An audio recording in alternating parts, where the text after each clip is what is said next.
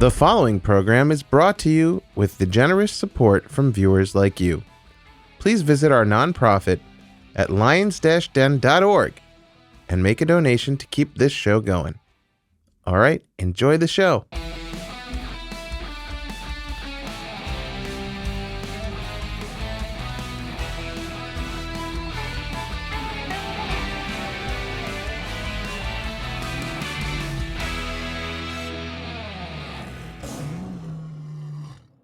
Next up, I'm going to talk to Professor Holli Levitsky, the Director of Jewish Studies at Loyola Marymount University here in sunny Los Angeles, California. Thank you, Daniel. It's a real pleasure being here. Thanks for inviting me. Of course, and I'm so excited to talk to you because I know you have such a wealth of knowledge on our topic for today, which is antisemitism. Unfortunately, that topic is one that I think we all know quite a bit about. And I understand that you created an entire department at the college where you work, and it's not a Jewish college. Can you tell us a little bit about that? Yeah, sure. It's a Jesuit university. Just in the last few years have we had our first lay president. So it was run, as a Catholic university, and still is a university, what they call in the Catholic tradition. Nonetheless, it's a small liberal arts college and had no Jewish studies program until about 12 years ago, when after years of feeling like I was kind of a lone Jew, certainly the only Jew in the English department, but even within the university, very few Jewish students and Jewish faculty, I started to teach some Jewish classes, Jewish literature, the Holocaust. And I realized that I could create it as a department and then pull courses in from all sorts of other departments. So although I was in English and I could create courses in Jewish literature, Holocaust literature, all sorts of things having to do with literature and culture, I could go to political science and invite or help a faculty member there who might be interested in Israel and the Middle East create a course on the politics of Israel, which in fact we do now have 2 political science courses on Israel. So what inspired you to do this? You were teaching English at the time, correct? Yeah. Well, there was actually, I have a very foundational moment, and it continues to be a foundational moment for my entire family. And that is in 2001, I won a Fulbright Award, and it's called a Distinguished Chair. And what Those it are the allowed best kind of chairs, by the way. oh, this was the best chair. Because they flew me to Poland. They put us up for a year, my whole family. That's distinguished. Yeah. That was distinguished, That's exactly. distinguished. And it was post-communist, but, it was a strange place. For a California Jewish American family from Los Angeles. It's a shame you didn't do like a Hawaii studies or something. Then they could have shipped you off to Hawaii into like the islands for a while. But I guess Poland will... No. Trust me, faculty have looked at what I've done and asked to go all over the world. So Wow. As the Jews are often a light among the nations, and I taught at the University of Warsaw and grew to love Poland. What Ashkenazi Jew, doesn't have some love-hate relationship with Poland, right? Yeah. Am I right? Well, I think I only have the hate part. Maybe I'd have to go there to gain the love.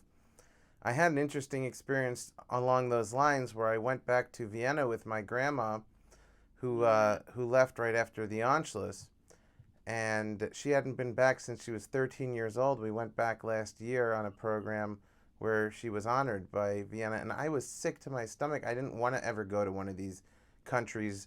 I only knew them from all the movies and Holocaust education that I'd gotten over the years. I didn't want to go there. I'm like, that's where they get people like me. I don't want to go there. And when I got there, I was a little upset too, because Vienna is so beautiful and the music and the parks, and I was like, Yeah.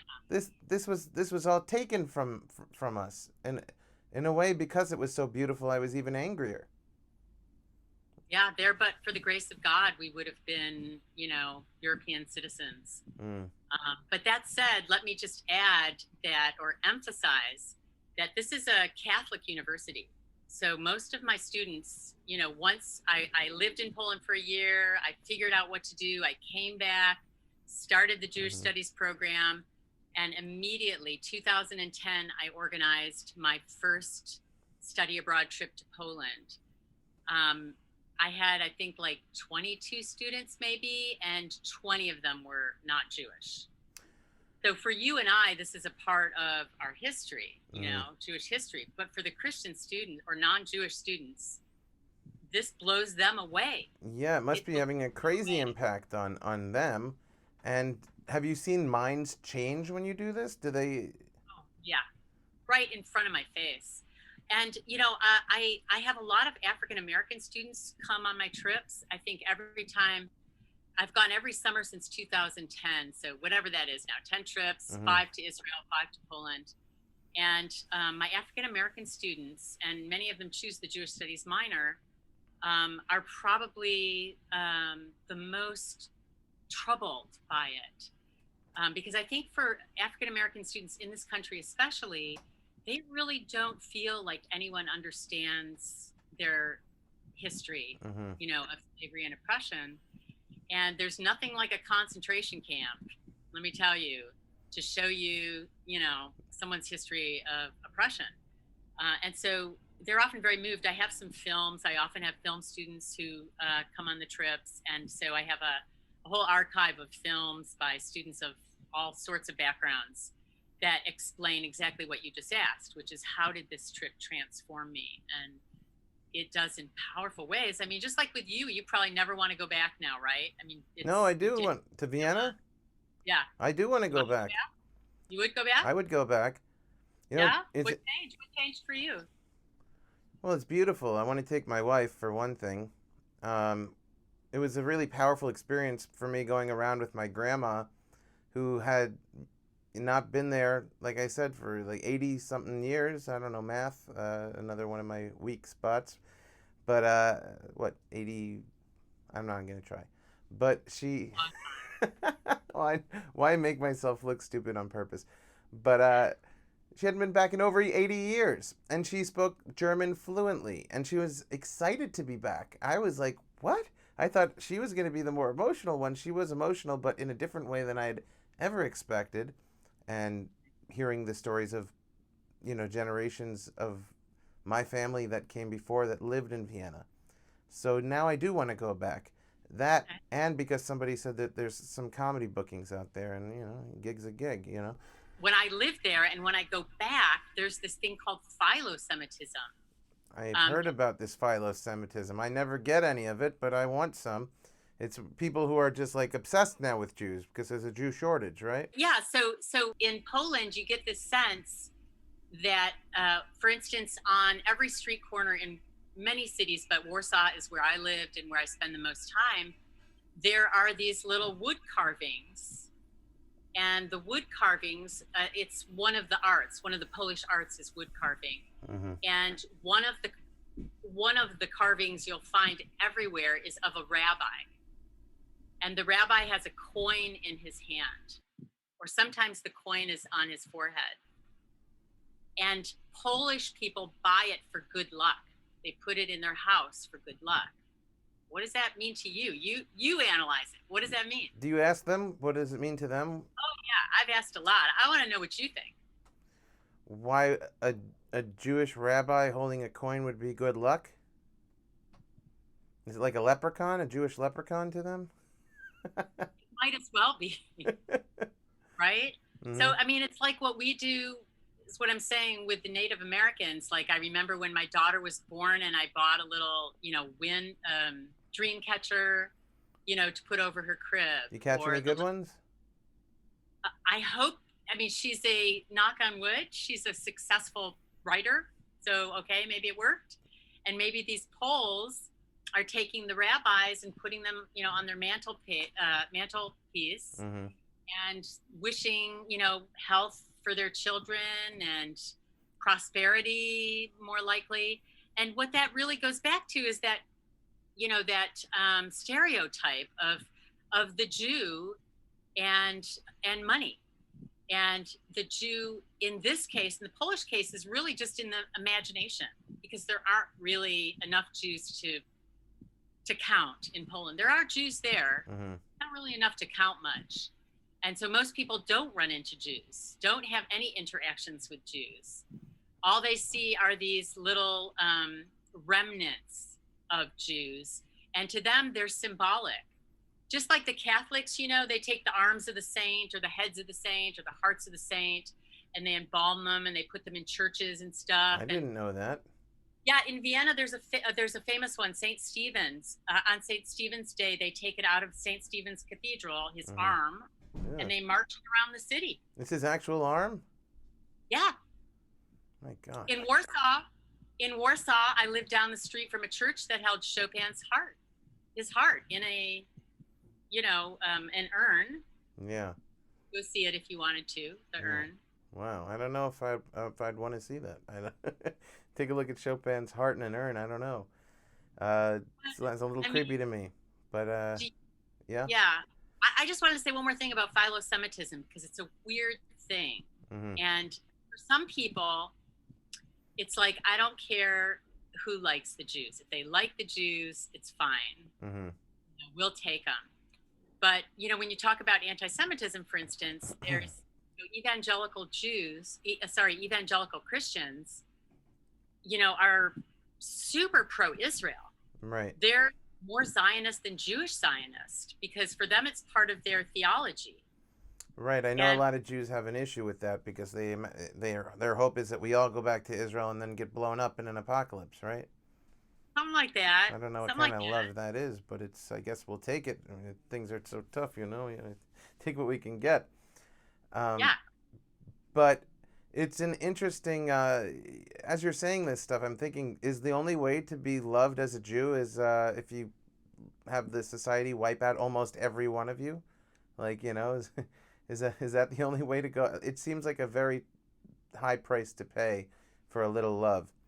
Um, it's almost sad to me in a way to be loved in that way. It is sad to me. Um, and on the reverse of that, I'm kind of wondering if when you go to Poland, you experience anti-Semitism there still, because I had people stay next door to me here in Los Angeles. They run an Airbnb, and the window faces out to my house, and they saw me wearing a yarmulke because I was going to the synagogue, and they put the speakers of their little computer up against the window and played Hitler march music, and No. they yelled "F you, Jew" out the window, Oh my and they were gosh. Polish. So Just happened. it happened That's 2 years terrible. ago. Yeah. That's terrible. So I just wonder, was that somewhat typical still in Poland? Do you run into any of that when you're there? There's I'm so sorry that happened to you. Finally, Um, I get an apology from somebody. It's not your fault, but yeah. I'll take it. If you look at, I don't know, just about any of the campuses that are having issues, let's say, in anti-Semitism, and the issues are all over the place. But if a campus is having an issue in anti-Semitism right now, it is almost positively because of an anti-Zionist connection. Hmm. I see articles about Columbia University with this kind of thing all the time, where I'm almost afraid to even go on that campus at this point. And I used to run a magazine from the dorms there. Uh, where do you see it going? Do you think this is going to get better at any point, or is it just going to escalate? That is the $1 million question. Do I get paid And now, or? see my people, all right? So there are groups coming and talking to high school students before they get to Hmm. college to try to figure out how they can combat some of the, crap and misinformation that's coming in through different efforts, maybe through church, maybe through I know teachers, the maybe Israel through group does some good things on that things. front. Yeah. So there was a young woman, Hispanic woman, and a really bright woman. I knew about her. It's a very small school, so I'd heard about her leadership abilities. We have many service organizations and leadership organizations on our campus. That's kind of the mission there. And for the second year, we had a populated SJP group, SJP stands for. Students for Justice in Palestine. Okay. And she also decided to enroll in one of our Jewish studies courses. And I think this is because she was so smart And she thought, well, SJP is primarily interested in denigrating Israel. Let me take a course on Israel and, let me see what these people are about. So she took one of our Jewish studies courses called The Zionist Idea. I named it. I like the name. Yeah, it just got changed last year to The Zionist Ideas. Is that a Because big process when you got to change your name that dramatic? It is. It's committees and paperwork and so during Israel Apartheid Week, what they do around campuses all over, at the very least, the US, possibly elsewhere, is they put up a series of large panels, like a wall alongside a walkway. And on this wall are scenes, horrible scenes, painted and plastered with pictures and of mostly Israeli IDF soldiers doing horrible things to all sorts of different people. Arabs. There's a clear binary. So this year the wall was going to be on our campus. I'd seen it at Cal State Long Beach down the road before, and I knew how horrible it was. But I never looked at it close up. So one afternoon I went over. It was along the walkway from where the class buildings are to the library. It's a very popular walkway. And I started walking and looking and stopping in front of each panel. I stopped in front of the first panel, and what I saw was a divided panel. And on one side was a U.S.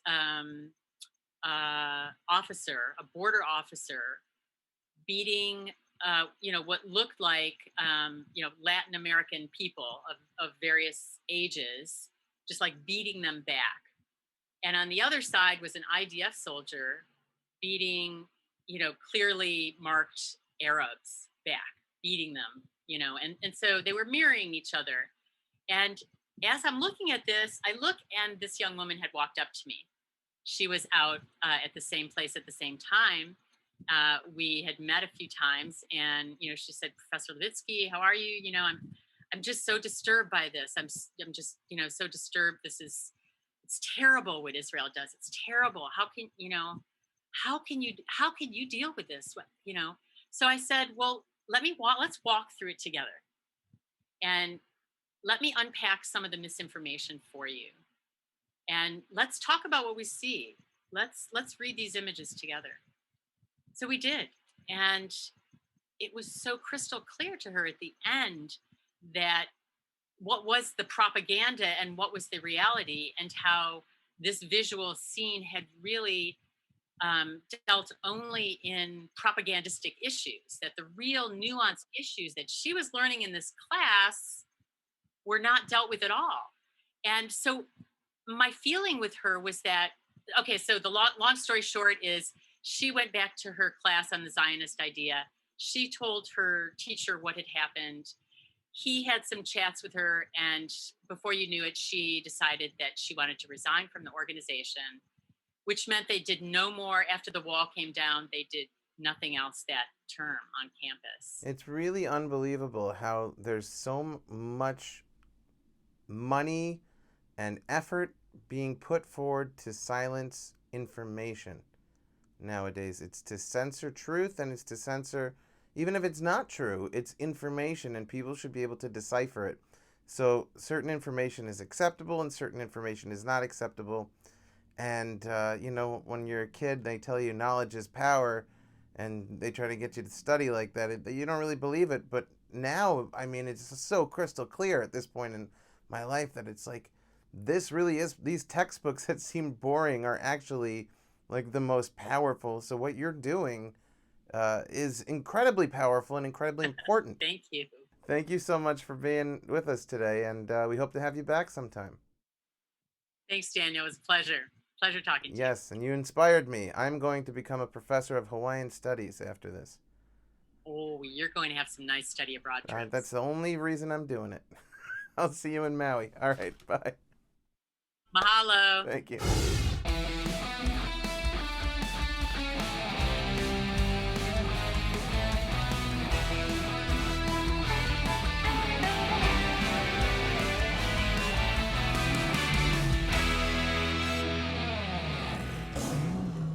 please visit us at lions-den.org and make a donation to keep this show going.